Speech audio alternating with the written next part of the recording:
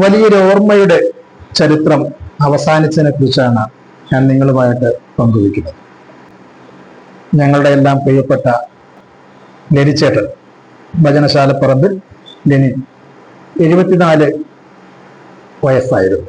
അദ്ദേഹം ഇന്ന് മരിച്ചു. പള്ളിപ്പുറത്ത് അന്നുണ്ടായിരുന്ന ഏക തിയേറ്റർ ചൈന തിയേറ്ററാണ്.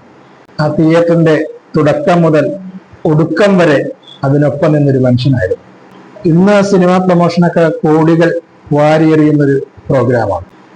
പക്ഷെ അന്ന് ചെണ്ട കൊട്ടിക്കൊണ്ടാണ് അദ്ദേഹം നാട്ടിലെ സിനിമ റിലീസാവുന്ന ദിവസം, വെള്ളിയാഴ്ച ദിവസങ്ങളിൽ, ചൊവ്വാഴ്ച ദിവസങ്ങളിലൊക്കെ തന്നെ നാട്ടുകാരെ അറിയിച്ചിരുന്നത്.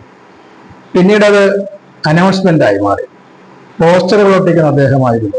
ഞങ്ങളുടെയൊക്കെ കുട്ടിക്കാലത്ത് ലെനിച്ചേട്ടൻ വരുന്നത് കാത്തിരിക്കുമായിരുന്നു. വെള്ളിയാഴ്ച രാവിലെ 9 മണിയാകുമ്പോൾ അദ്ദേഹം വന്ന് ജംഗ്ഷനുകളിൽ നിന്ന് പോസ്റ്റർ ഒട്ടിക്കുന്ന കാഴ്ച ഇന്നും ഒരു വലിയ വിസ്മയമായ ഒരു ഓർമ്മയാണ്.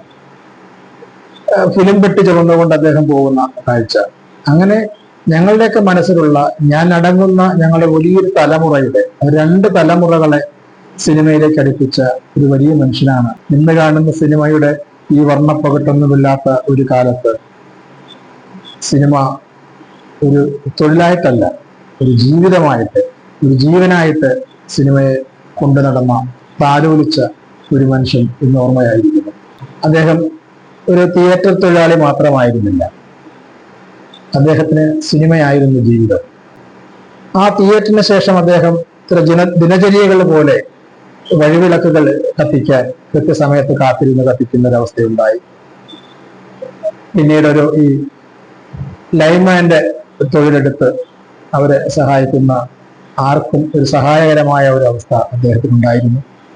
അവസാന കാലത്ത് ശ്രീനാരായണ ഗുരുദേവന്റെ ഒരു ഗുരുമന്ദിരത്തിലെ വിളക്ക് തെളിക്കുന്ന ഒരു കർമ്മമാണ് അദ്ദേഹം നിറവേറ്റിക്കൊണ്ടിരുന്നത്.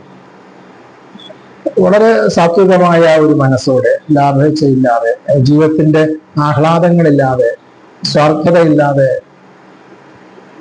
സ്വയം മറ്റുള്ളവർക്ക് ഒരു മാതൃകയായിട്ട് ലെനിച്ചേട്ടൻ കടന്നുപോകുന്നു. ഒരു ചലച്ചിത്ര പ്രവർത്തകൻ എന്ന രീതിയിൽ എൻ്റെ ഓർമ്മയിൽ ഞാൻ ആദ്യം കാണുന്നത് സിനിമാ പ്രവർത്തകൻ ലെനിച്ചേട്ടനായിരുന്നു.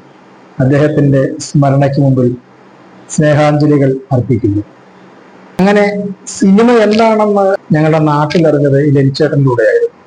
ഒരുപാട് തലമുറയുടെ മനസ്സിലേക്ക് സിനിമ പോലൊരു മഹാ കാഴ്ചയെ, ഒരു വിസ്മയ കാഴ്ചയെ കൊണ്ടു നടക്കാൻ പ്രേരിപ്പിച്ച, അല്ലെങ്കിൽ സിനിമയിലേക്ക് അടുപ്പിക്കാൻ പ്രേരിപ്പിച്ച, സിനിമയെ ഓർക്കുന്നതിനോടൊപ്പം അദ്ദേഹത്തെയും ഓർക്കുന്ന ഒരുപാട് ഓർമ്മകൾ അവശേഷിപ്പിച്ചുകൊണ്ടാണ് ഞങ്ങളുടെ എല്ലാം പ്രിയപ്പെട്ട ലെനിച്ചേട്ടൻ നമ്മളോട് വിട പറയുന്നത്.